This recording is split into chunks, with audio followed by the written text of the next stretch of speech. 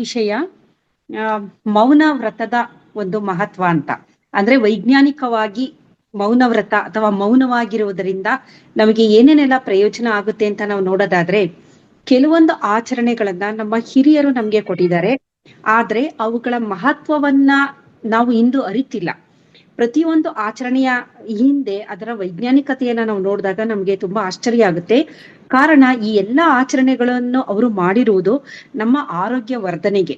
ಅದು ದೈಹಿಕ ಆರೋಗ್ಯ ಆಗಿರ್ಬೋದು, ಮಾನಸಿಕ ಆರೋಗ್ಯ ಆಗಿರ್ಬೋದು, ಸಾಮಾಜಿಕ ಆರೋಗ್ಯ, ಲೈಂಗಿಕ ಆರೋಗ್ಯ ಅಥವಾ ಆಧ್ಯಾತ್ಮಿಕ ಆರೋಗ್ಯ, ಒಟ್ಟಾರೆ ಪರಿಪೂರ್ಣ ಆರೋಗ್ಯಕ್ಕೆ ಪೂರಕವಾದ ಅಂಶಗಳನ್ನ, ಆಚರಣೆಗಳನ್ನ ನಮ್ಮ ಹಿರಿಯರು ನಮ್ಗೆ ಕೊಟ್ಟಿದ್ದಾರೆ. ಅದರಲ್ಲಿ ಬಹಳ ಪ್ರಮುಖವಾದದ್ದು ಮೌನ ವ್ರತ ಅಥವಾ ಮೌನದ ಆಚರಣೆ ಅಂತ.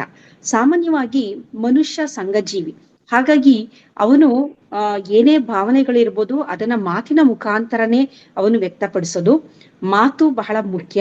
ಆದ್ರೆ ಈ ಮಾತಿನ ಜೊತೆಗೆ ಎಲ್ಲೋ ಒಂದು ಕಡೆ ಮೌನವೂ ಸಹ ಬಹಳ ಮುಖ್ಯವಾದದ್ದು. ಮಧ್ಯ ಮಧ್ಯ ಮೌನವನ್ನ ನಾವು ವಹಿಸ್ಬೇಕು ಅಂತ ನಮ್ಮ ಹಿರಿಯರು ಹೇಳ್ತಾರೆ. ಆದ್ರೆ ಅದು ಮಾಡಕ್ ಆಗೋದಿಲ್ಲ.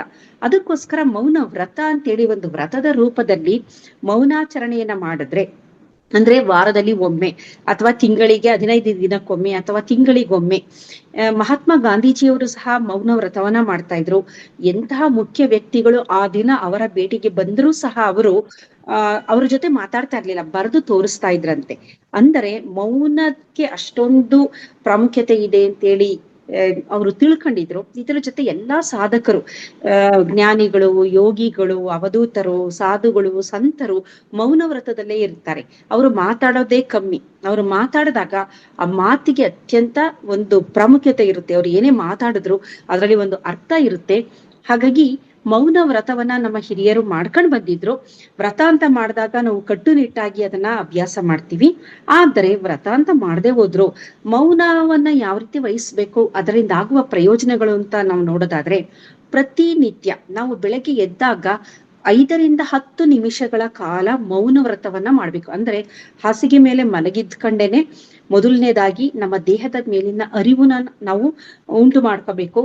ನಂತರ ನಮ್ಮ ಸುತ್ತಮುತ್ತ ಪರಿಸರದ ಅರಿವು, ನಂತರ ಹೊರಗಡೆ ಯಾವುದೋ ಪಕ್ಷಿಗಳ ಒಂದು ಸೌಂಡ್ ಆಗಿರ್ಬೋದು, ಏನೇ ಒಂದು ಶಬ್ದಗಳಾಗಿರ್ಬೋದು, ಇದರ ಅರಿವನ್ನ ಮಾಡ್ಕೊಂಡು ಮತ್ತೆ ದೇಹಕ್ಕೆ, ಮನಸ್ಸಿಗೆ, ಎಲ್ಲದಕ್ಕೂ ಒಂದು ಧನ್ಯತಾ ಭಾವನೆಯಿಂದ ನಮಸ್ಕರಿಸುತ್ತಾ ನಮ್ಮ ದಿನನಿತ್ಯದ ಕೆಲಸವನ್ನ ಮಾಡ್ಬೇಕಾಗುತ್ತೆ. ಅದೇ ರೀತಿ ಸಾಯಂಕಾಲ ಸೂರ್ಯ ಮುಳುಗದ ಮೇಲೂ ಸಹ 5 ರಿಂದ 10 ನಿಮಿಷಗಳ ಕಾಲ ಮೌನ, ಅಂದ್ರೆ ಇದನ್ನ ಪ್ರಾರ್ಥನೆ ಸಹ ನಾವು ಮಾಡಬಹುದು ಮೌನವಾಗಿತ್ಕೊಂಡು. ಅದನ್ನ ಮಾಡ್ಬೇಕು ಅಂತಾರೆ. ನಂತರ ಮಲಗುವ ಮೊದಲು 5 ನಿಮಿಷಗಳ ಕಾಲ ಮೌನವನ್ನ ಆಚರಣೆ ಮಾಡಿ ನಂತರ ಮಲಗಬೇಕು ಅಂತ. ಇದು ಸೈಂಟಿಫಿಕ್ ಆಗಿ ನಾನು ಹೇಳ್ತಾ ಇರೋದು, ಯಾವ ತರ ಮಾಡ್ಬೇಕು ಮೌನ ವ್ರತನ ಪ್ರತಿನಿತ್ಯ ಅಂತ. ಕೆಲವೊಮ್ಮೆ ವಾರದಲ್ಲಿ 1 ದಿನ ಸಂಪೂರ್ಣವಾಗಿ ಮೌನವನ್ನ ಮಾಡಬಹುದು. ಇದರಿಂದ ಏನು ಪ್ರಯೋಜನ ಆಗುತ್ತೆ ಅಂತ ನಾವು ನೋಡೋದಾದ್ರೆ, ಮೊದಲನೇದಾಗಿ ನಮ್ಮಲ್ಲಿ 2 ನರವ್ಯೂಹಗಳಿದೆ. ಒಂದು ಸಿಂಪಥೆಟಿಕ್, ಮತ್ತೊಂದು ಪ್ಯಾರಾಸಿಂಪಥೆಟಿಕ್ ಅಂತ. ಸಿಂಪಥೆಟಿಕ್ ನರ್ವಸ್ ಸಿಸ್ಟಮ್ ಕಾರ್ಯ ಏನು ಅಂತಂದ್ರೆ, ನಮಗೆ ಹೆದರಿಕೆ ಆದಾಗ ಅಥವಾ ನಮ್ಗೆ ಏನೋ ಆದಾಗ ಆ ಒಂದು ನರ್ವಸ್ ಸಿಸ್ಟಮ್ ಆಕ್ಟಿವೇಟ್ ಆಗುತ್ತೆ. ನಮ್ಮ ಹೃದಯ ಬಡಿತ ಜಾಸ್ತಿ ಆಗೋದು, ನಮ್ಮ ರಕ್ತದೊತ್ತಡ ಜಾಸ್ತಿ ಆಗೋದು, ರಕ್ತದಲ್ಲಿ ಸಕ್ಕರೆಯ ಪ್ರಮಾಣ ಜಾಸ್ತಿ ಆಗೋದು, ಇದೆಲ್ಲ ಉಂಟು ಮಾಡುವುದು ಸಿಂಪಥೆಟಿಕ್ ನರ್ವಸ್ ಸಿಸ್ಟಮ್. ಎಲ್ಲೋ ಒಂದ್ ಕಡೆ ತುಂಬಾ ಶಬ್ದ ಬರ್ತಾ ಇದೆ ಅಂದ್ರೂ ಸಹ ಈ ಸಿಂಪಥೆಟಿಕ್ ನರ್ವಸ್ ಸಿಸ್ಟಮ್ ಆಕ್ಟಿವೇಟ್ ಆಗುತ್ತೆ. ಆದರೆ ಇದನ್ನ ಕಮ್ಮಿ ಮಾಡ್ಬೇಕಾದ್ರೆ ಇನ್ನೊಂದು ಪ್ಯಾರಾಸಿಂಪಥೆಟಿಕ್ ನರ್ವಸ್ ಸಿಸ್ಟಮ್ ಅಂತ ಇದೆ. ಇದು ರಕ್ತದ, ನಮ್ಮ ಬ್ಲಡ್ ಪ್ರೆಷರ್ ಅನ್ನ ಕಡಿಮೆ ಮಾಡುತ್ತೆ. ಕಡಿಮೆ ಅಂದ್ರೆ ಸರಿಯಾಗಿ ಮಾಡುತ್ತೆ. ಹೃದಯ ಬಡಿತ ಜಾಸ್ತಿ ಆದಾಗ ಅದನ್ನ ಕಡಿಮೆ ಮಾಡೋ ಅಂಥದ್ದು, ಸಮಸ್ಥಿತಿಗೆ ತರ ಅಂತದ್ದು, ಎಲ್ಲದನ್ನು ಸಮಸ್ಥಿತಿಗೆ ತರುವಂಥದ್ದು ಪ್ಯಾರಾಸಿಂಪಥೆಟಿಕ್ ನರ್ವಸ್ ಸಿಸ್ಟಮ್. ನಾವು ಮೌನ ವಹಿಸಿದಾಗ ನಮ್ಮ ಪ್ಯಾರಾಸಿಂಪಥೆಟಿಕ್ ನರ್ವಸ್ ಸಿಸ್ಟಮ್ ಆಕ್ಟಿವೇಟ್ ಆಗುತ್ತೆ.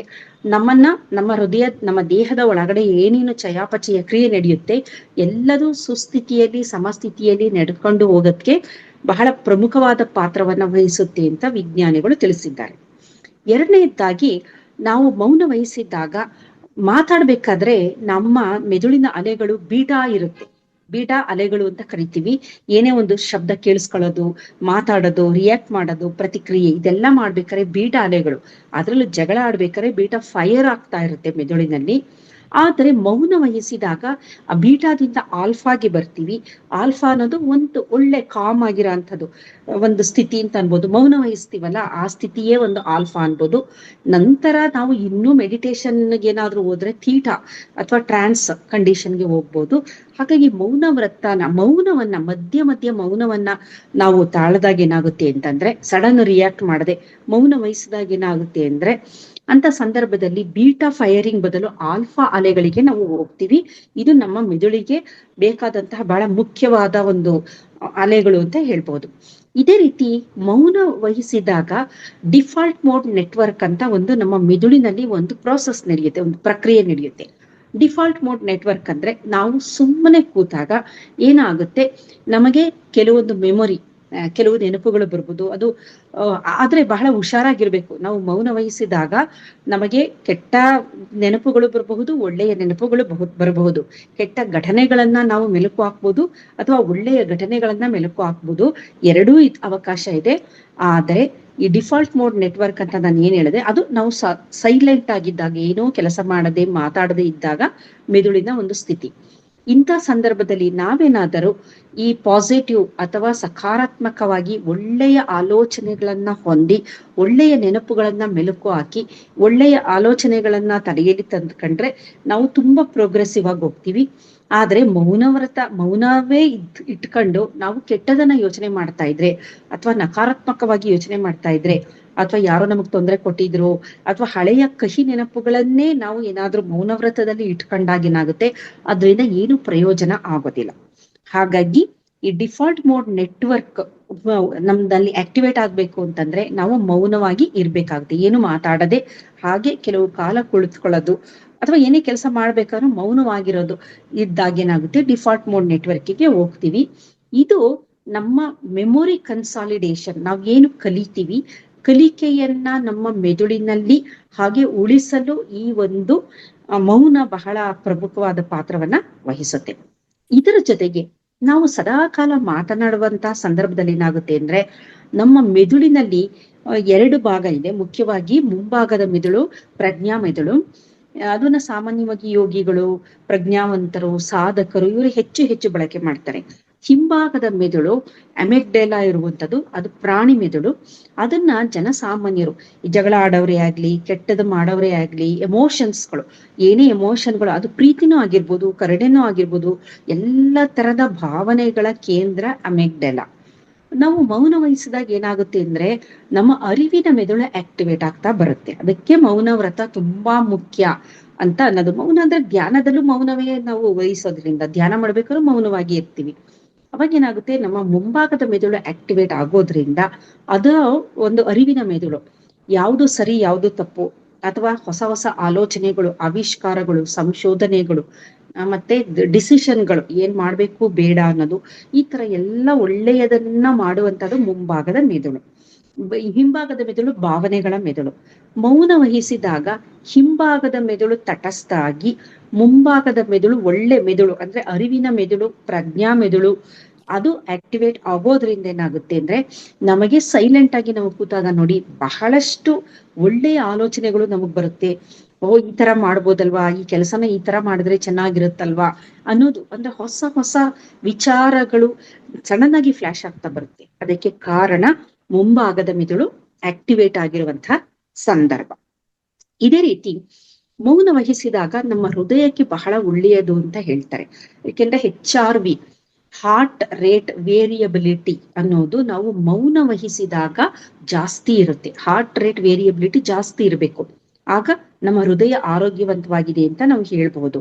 ಆದ್ರೆ ನೋಡಿ, ಮಾತಾಡ್ಬೇಕಾದ್ರೆ ಜಗಳ ಆಡಿದ್ದಂತ ಸಂದರ್ಭದಲ್ಲಿ ಮಾತು ಜಾಸ್ತಿ ಬಿರುಸಾದಾಗ ಏನಾಗುತ್ತೆ, ತಾವು ಗಮನಿಸಿರ್ಬೋದು, ಹೃದಯದ ಬಡಿತ ಜಾಸ್ತಿ ಆಗುತ್ತೆ. ಕೋಪ ಮಾಡ್ಕೊಂಡಾಗ, ಯಾರ ಜೊತೆನಾದ್ರು ಜಗಳ ಮಾಡಿದಾಗ, ಅಂದ್ರೆ ಆರ್ಗ್ಯುಮೆಂಟ್ಗಳಾಗಿರ್ಬೋದು, ಜಗಳ ಅಂತಾನೆ ಅಲ್ಲ, ತುಂಬಾ ಆರ್ಗ್ಯುಮೆಂಟ್, ಹಾಟ್ ಟಾಪಿಕ್ ಯಾವ್ದೋ ತಗೊಂಡು ಯಾವ್ದೋ ವಿಚಾರಕ್ಕೆ ಚರ್ಚೆ ಬಿಸಿಯಾಗಿರುತ್ತೆ.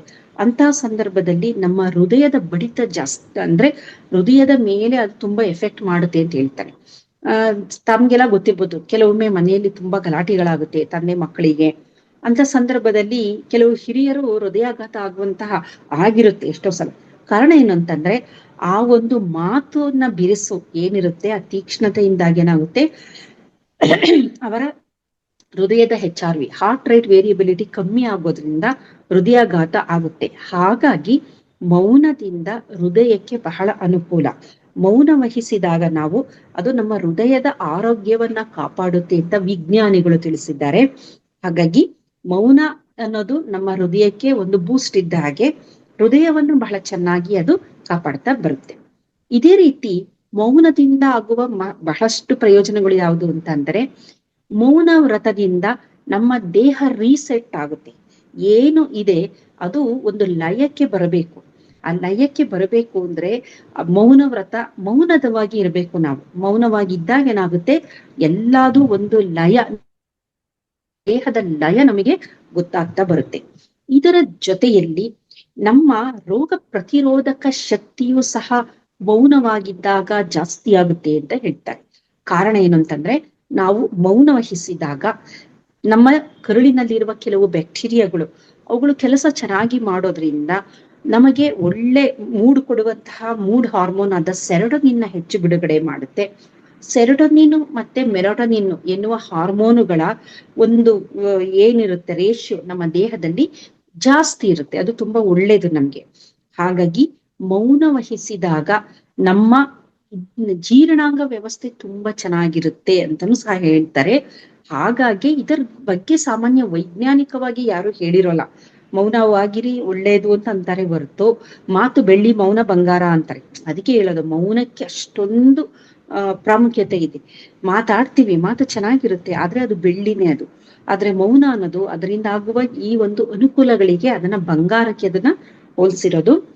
ಈ ಒಂದು ಮೌನ ವ್ರತಾಚರಣೆಯಲ್ಲಿ ಅಥವಾ ಮೌನವಾಗಿದ್ದಾಗ, ವ್ರತ ಅಂತ ಅನ್ಕೊಳ್ಳದೆ ಹೋದ್ರು, ಮೌನವಾಗಿದ್ದಾಗ ಏನಾಗುತ್ತೆ, ನಮ್ಮ ಜೀರ್ಣಾಂಗ ವ್ಯವಸ್ಥೆ ತುಂಬಾ ಚೆನ್ನಾಗಿ ಕೆಲಸ ಮಾಡುತ್ತೆ.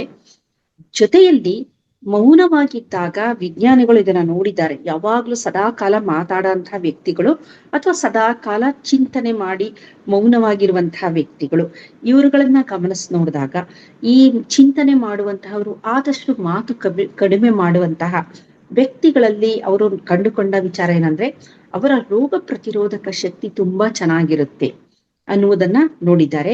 ಕಾರಣ ಇಲ್ಲೇನಾಗುತ್ತೆ, ನಾವು ಮೌನ ವಹಿಸಿದಾಗ ನಮ್ಮ ದೇಹದಲ್ಲಿ ಇರುವ ಎನರ್ಜಿ ಏನಿದೆ ಅದು ಒಳ್ಳೆಯ ಕೆಲಸಕ್ಕೆ ಡಿಸ್ಟ್ರಿಬ್ಯೂಟ್ ಆಗ್ತಾ ಬರುತ್ತೆ.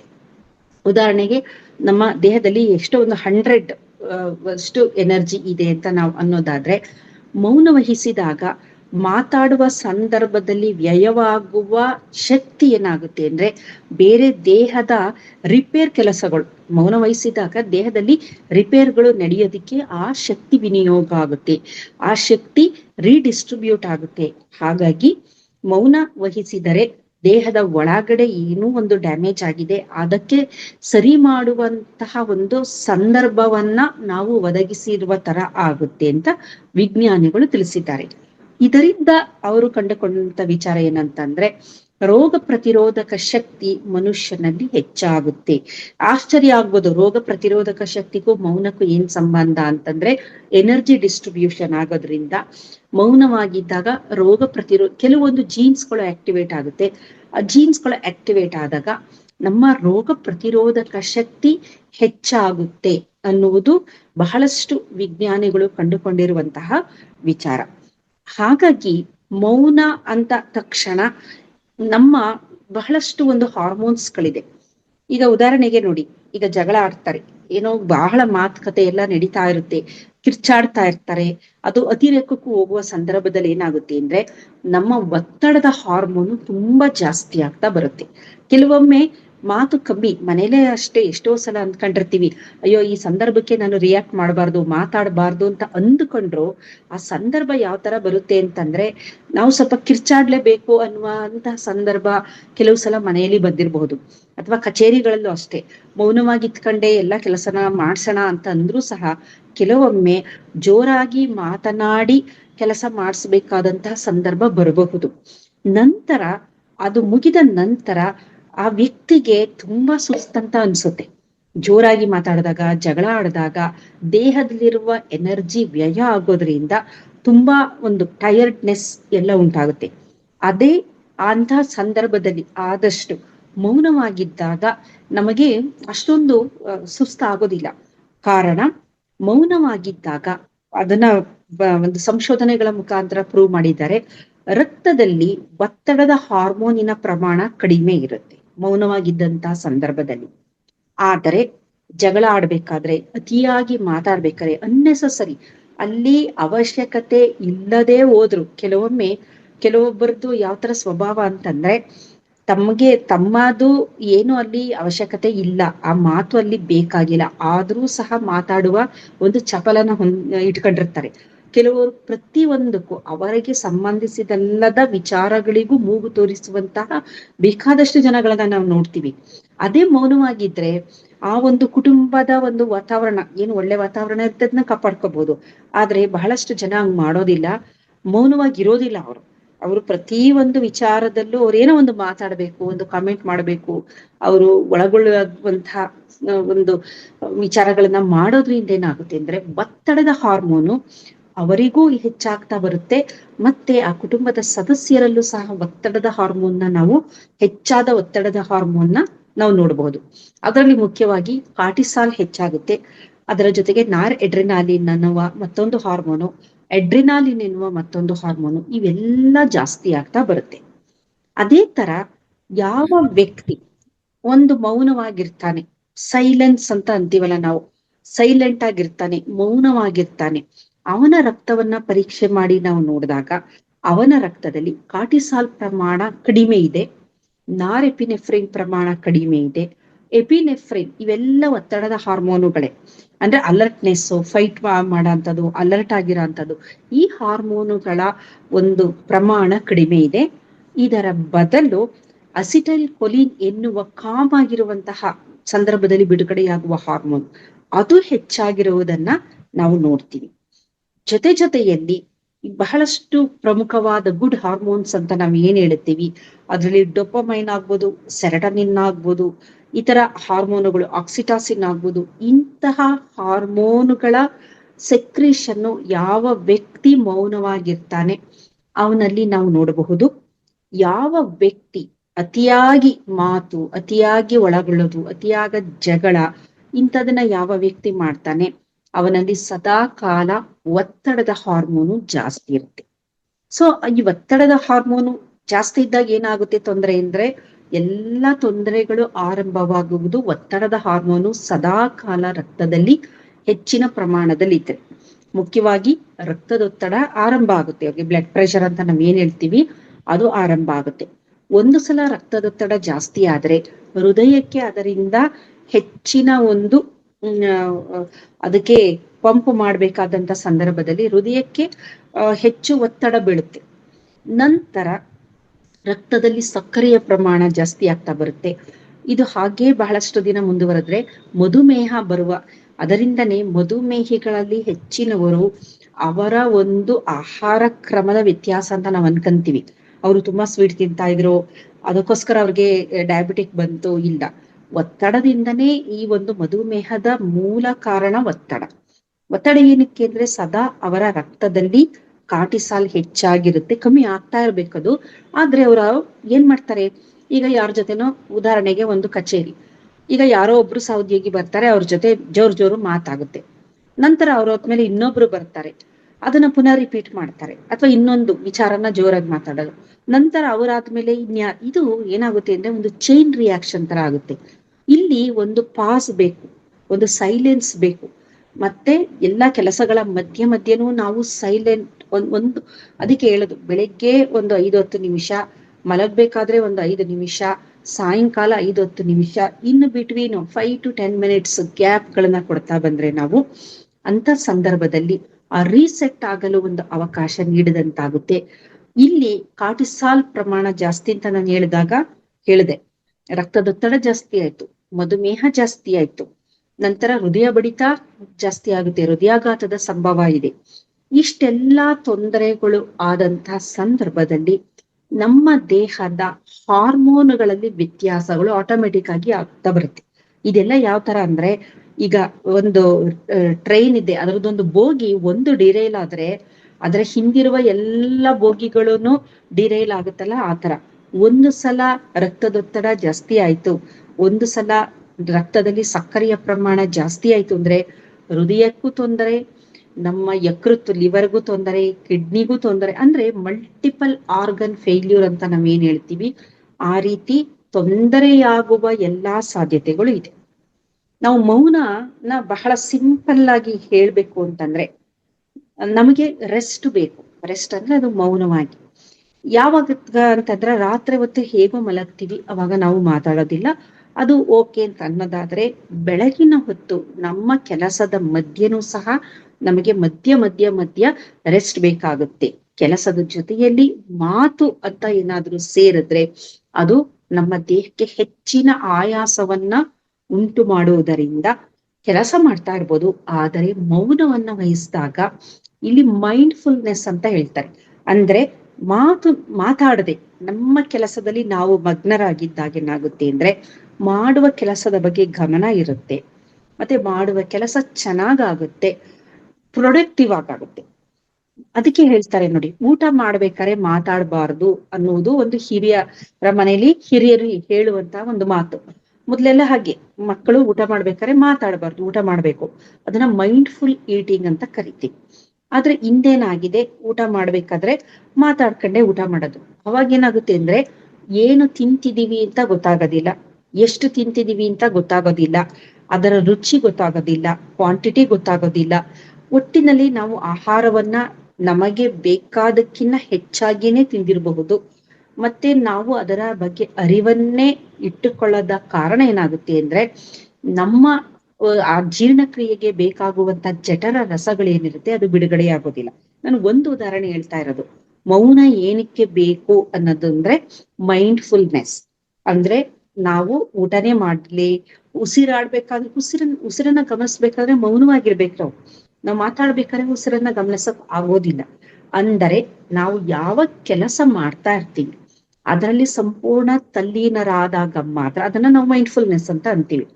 ತಲ್ಲೀನರಾಗಿ ಮಾತಾಡದೆ ಮೌನ ವಹಿಸಿದಾಗ ಮಾತ್ರ ಆ ಕೆಲಸದಲ್ಲಿ ನಾವು ಸಂಪೂರ್ಣ ಯಶಸ್ಸನ್ನ ಪಡಿಬಹುದು, ಪ್ರೊಡಕ್ಟಿವ್ ಆಗಿರುತ್ತೆ ಅದು. ಏಕೆಂದ್ರೆ ಹೆಚ್ಚಿನ ಎನರ್ಜಿ ಡ್ರೈನ್ ಔಟ್ ಆಗಿರೋದಿಲ್ಲ.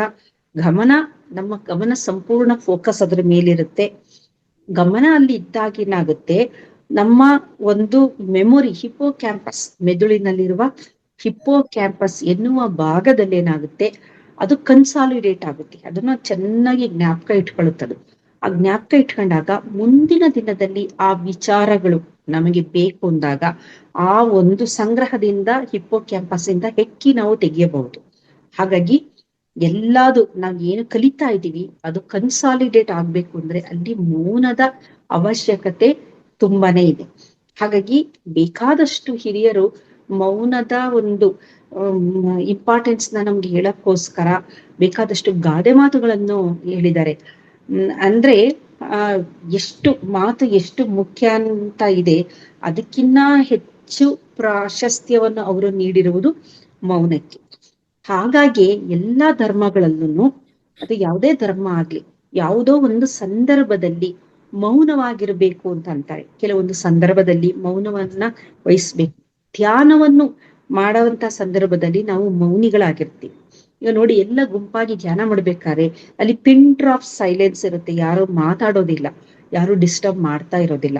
ಕಾರಣ ನಾವು ನಮ್ಮ ದೇಹದ ಬಗ್ಗೆ ಗಮನ ಕೊಡ್ತಾ ಇರ್ತೀವಿ, ಅಥವಾ ಉಸಿರಾಟದ ಬಗ್ಗೆ. ಅಂದ್ರೆ ಡಿಪೆಂಡ್ಸ್ ಆದ ಧ್ಯಾನ, ಯಾವ ಧ್ಯಾನ ಅನ್ನೋದ್ರ ಮೇಲೆ ಅಥವಾ ಉಸಿರಾಟದ ಮೇಲೆ ಒಂದು ಗಮನವನ್ನ ಕೊಡ್ತಾ ಇರ್ಬೋದು. ಹಾಗಾಗಿ ಅಲ್ಲಿ ಮೌನಕ್ಕೆ, ಅದರಲ್ಲಿ ಯೋಗದಲ್ಲಿ ಮೌನಕ್ಕೆ ಹೆಚ್ಚಿನ ಒಂದು ಪ್ರಾತಿನಿಧ್ಯವನ್ನ ಕೊಡ್ತಾರೆ.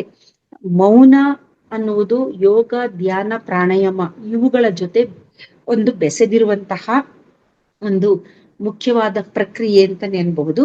ಹಾಗಾಗಿ ಮೌನದನ್ನ ನಾವು ಇನ್ನು ಡೆಪ್ತ್ ಆಗಿ ವೈಜ್ಞಾನಿಕವಾಗಿ ನಾವು ನೋಡ್ತಾ ಹೋದ್ರೆ ಮೆದುಳಿನಲ್ಲಿ ಬೇಕಾದಷ್ಟು ಬದಲಾವಣೆಗಳನ್ನ ನಾವು ನೋಡ್ತೀವಿ.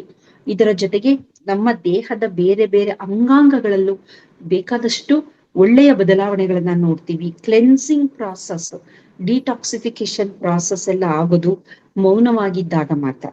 ಅದಕ್ಕೆ ನೋಡಿ, ಸಾಮಾನ್ಯವಾಗಿ ಕೆಲವೊಂದು ನೈಸರ್ಗಿಕ ಚಿಕಿತ್ಸೆಗಳನ್ನ ಮಾಡಿದಾಗ ಅವ್ರು ಹೇಳ್ತಾರೆ ಜಾಸ್ತಿ ಮಾತಾಡಬೇಡಿ. ಏಕೆಂದ್ರೆ ಈವನ್ ಆಯಿಲ್ ಮಸಾಜ್ ಮಾಡಿದಾಗ್ಲೂ ಹೇಳ್ತಾರೆ ರೆಸ್ಟ್ ಮಾಡಿ. ಮಾತಾಡಬೇಡಿ ಅಂತಾರೆ. ಬೇಕಾದಷ್ಟು ನೈಸರ್ಗಿಕ ಚಿಕಿತ್ಸೆಗಳಲ್ಲಿ ಇರುವ ಒಂದೇ ಒಂದು ಕಂಡೀಷನ್ ಏನಂದ್ರೆ ಜಾಸ್ತಿ ಆಯಾಸ ಮಾಡ್ಕೋಬಾರ್ದು. ಇನ್ ದ ಸೆನ್ಸ್ ಮಾತಾಡಬಾರ್ದು, ಮೌನವಾಗಿರ್ಬೇಕು. ನಿಮ್ಮ ದೇಹದ ಬಗ್ಗೆ ನೀವು ಹೆಚ್ಚಿನ ಗಮನವನ್ನ ಕೊಡಿ. ಅವಾಗ ಮಾತ್ರ ಈಗ ನೀವು ತೆಗೆದುಕೊಳ್ಳುವ ಚಿಕಿತ್ಸೆ ಸಂಪೂರ್ಣ ಫಲಪ್ರದವಾಗುತ್ತೆ ಅನ್ನುವ ಮಾತನ್ನ ಹೇಳ್ತಾರೆ. ಕಾರಣ, ಮೌನವಾಗಿದ್ದಾಗ ನಮಗೆ ಗೊತ್ತಿಲ್ಲದೆ ದೇಹದಲ್ಲಿ ನಾನಾ ರೀತಿಯ ರಾಸಾಯನಿಕ ಪ್ರಕ್ರಿಯೆಗಳು ಆರಂಭವಾಗುತ್ತೆ. ಹಾಗಾಗಿ ಆ ಕಡೆ ಗಮನ ಹೆಚ್ಚು ಕೊಡೋದ್ರಿಂದ ನಮ್ಮ ಎನರ್ಜಿ ಅಲ್ಲಿ ಹೆಚ್ಚು ಆ ಒಂದು ಕ್ರಿಯೆಗೆ ವಿನಿಯೋಗ ಆಗೋದ್ರಿಂದ ಮೌನ ಅತ್ಯಂತ ಅವಶ್ಯ ಅಂತ ಹೇಳ್ಬೋದು. ಹಾಗಾಗಿ ಮೌನ ವ್ರತ ಅನ್ನೋದಿದೆಯಲ್ಲ, ಅದನ್ನ ಕೇವಲ ವ್ರತ ಅಲ್ಲ, ದೇವರು ಮೆಚ್ಚಲು ಮಾಡುವಂತಹ ಒಂದು ಪ್ರಕ್ರಿಯೆ ಅಲ್ಲ ಅದು. ಅದಕ್ಕಿನ್ನ ಹೆಚ್ಚಾಗಿ ನಮ್ಮ ದೇಹದ ಒಳಗಡೆ ಏನೇನು ಹಾಳಾಗಿದೆ ಅದನ್ನ ರೀಸೆಟ್ ಮಾಡಬೇಕು. ನಮ್ಮ ದೇಹಕ್ಕೆ ಒಂದು ಲಯವನ್ನ ಕೊಡಬೇಕು. ಏನು ಹಾಳಾಗಿದೆ ಅದನ್ನ ಒಂದು ಕಡೆಯಿಂದ ಸರಿ ದುಗಿಸ್ಕೋಬೇಕು ಅಂತಂದ್ರೆ ಅಲ್ಲಿ ಮೌನ ಅತ್ಯಂತ ಪ್ರಮುಖವಾದದ್ದು. ಕಾರಣ, ಮಾತಿನ ಜೊತೆ ಅದು ವಿಕೋಪಕ್ಕೆ ಹೋಗುವಂಥದ್ದು, ಕೋಪ ಬರುವಂತಹದ್ದು, ಇದೆಲ್ಲ ಏನು ಅಂತಂದ್ರೆ ಇದು ಎನಬಾಲಿಕ್ ಪ್ರಾಸೆಸ್ ಅಂತ, ಹಾಳು ಮಾಡುವಂತಹ ಪ್ರಾಸೆಸ್. ಕೆಟಬಾಲಿಕ್ ಅಂದ್ರೆ ಕನ್ಸ್ಟ್ರಕ್ಟಿವ್ ಆಗಿರುವಂತಹದ್ದು ದೇಹಕ್ಕೆ.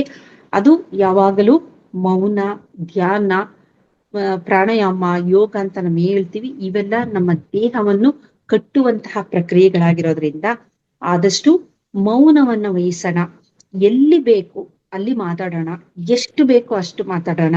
ನನಗೆ ಗೊತ್ತಿಲ್ಲದ ವಿಚಾರ, ಬಹಳಷ್ಟು ಜನಕ್ಕೆ ಅದೊಂದು ಅಭ್ಯಾಸ ಇರುತ್ತೆ, ತಮ್ಗೆ ಗೊತ್ತಿಲ್ಲದ ಇದ್ರೂ ಗೊತ್ತಿರೋ ತರ ಮಾತಾಡೋದು. ಅವಾಗೇನಾಗುತ್ತೆ ಅಂತಂದ್ರೆ ನಮ್ಮ ಬೆಲೆನ ನಾವು ಕಳ್ಕೊಂತ ಬರ್ತೀವಿ. ಹಾಗಾಗಿ ಮಾತನ್ನ ನಾವು ಎಷ್ಟು ಅಂತಂದ್ರೆ ತೂಕ ಹಾಕಿ ಮಾತಾಡ್ಬೇಕು ಅಂತಂತಾರೆ. ಮಾತನ್ನ ನಾವು ಅದಕ್ಕೆ ಬಂಗಾರ ಅಂತ ಮಾತಂದ ಮೇಲೆ ಅದಕ್ಕೊಂದು ಬೆಲೆ ಇರೋದ್ರಿಂದ ಮಾತಾಡಿದ್ರೆ ಹೋಯ್ತು, ಮುತ್ತು ಒಡೆದ್ರೆ ಹೋಯ್ತು ಅಂತಾರೆ. ಮಾತಾಡ್ಬೇಕಾದ್ರೆ ಬಹಳ ಎಚ್ಚರಿಕೆಯಿಂದ ಮಾತಾಡ್ಬೇಕು. ಅದರ ಬದಲು ಮೌನವಾಗಿರುವುದೇ ಲೇಸು ಅಂತ ಅಂತಾರೆ. ಬಹಳಷ್ಟು ಸಂದರ್ಭದಲ್ಲಿ ಬಹಳಷ್ಟು ಸಮಸ್ಯೆಗಳಿಗೆ ಮೌನದಿಂದಲೇ ಉತ್ತರ ಸಿಕ್ಬಿಡುತ್ತೆ. ಸಮಸ್ಯೆಗಳ ನಿವಾರಣೆಗೆ ಮೌನವಾಗಿದ್ರೇನೆ ಎಷ್ಟೋ ಸಮಸ್ಯೆಗಳು ಅದಕ್ಕದೇ ನಿವಾರಣೆಯಾಗಿರುವಂತ ಬೇಕಾದಷ್ಟು ಸಂದರ್ಭಗಳಿದೆ.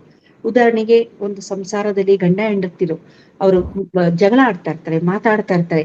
ಯಾರಾದರೂ ಒಬ್ರು ನಿಲ್ಲಿಸಿ ಮೌನ ವಹಿಸಿದ್ರೆ ಮುಂದೆ ಆಗಬಹುದಾದ ಅನಾಹುತಗಳನ್ನ ತಪ್ಪಿಸಬಹುದಾದ ಸಾಧ್ಯತೆ ಇದೆ. ಹಾಗಾಗಿ ಮೌನ ಅನ್ನೋದು ಕೇವಲ ಒಂದು ಪ್ರಕ್ರಿಯೆ ಅಲ್ಲ, ಅದೊಂದು ವ್ರತದ ತರ. ವ್ರತದಂತೆ ನಮಗೆ ಮೌನದಿಂದ ಬೇಕಾದಷ್ಟು ಫಲಗಳನ್ನ ನಾವು ಪಡೆಯಬಹುದಾಗಿರೋದ್ರಿಂದನೇ ಅದನ್ನ ವ್ರತ ಅಂತ ಹಿರಿಯರು ಹೇಳ್ತಾರೆ. ವ್ರತದಲ್ಲಿ ನಮಗೆ ಬೇಕಾದಷ್ಟು ಫಲ ಸಿಕ್ಕುತ್ತೆ. ಹಾಗಾಗಿ ಮೌನವಾಗಿ ನಾವಿದ್ದಾಗ್ಲೂ ನಮಗೆ ಬೇಕಾದಷ್ಟು ಫಲಗಳು ಸಿಕ್ಕುತ್ತೆ. ದೇವರ ವರ ಅಲ್ದೆ ಹೋದ್ರು ದೇಹದ ಒಳಗಡೆನೆ ಬೇಕಾದಷ್ಟು ರೀಸೆಟ್ ಆಗೋದ್ರಿಂದ, ದೇಹ ಲಯ ಬರೋದ್ರಿಂದ ಇದರಿಂದ ಬೇಕಾದಷ್ಟು ಪ್ರಯೋಜನಗಳು ನಮ್ಗೆ ಉಂಟಾಗುತ್ತೆ. ದೈಹಿಕ ಆರೋಗ್ಯ, ಮಾನಸಿಕ ಆರೋಗ್ಯ, ಸಾಮಾಜಿಕ ಆರೋಗ್ಯ, ಆಧ್ಯಾತ್ಮಿಕ ಆರೋಗ್ಯಕ್ಕೆ ಮೌನ ಒಂದು ನಿಜವಾಗ್ಲೂ ಬಹಳ ಅಮೂಲ್ಯವಾದ ಒಂದು ಪ್ರಕ್ರಿಯೆಯಾಗಿದೆ ಅಂತಾನೆ ಹೇಳ್ಬಹುದು.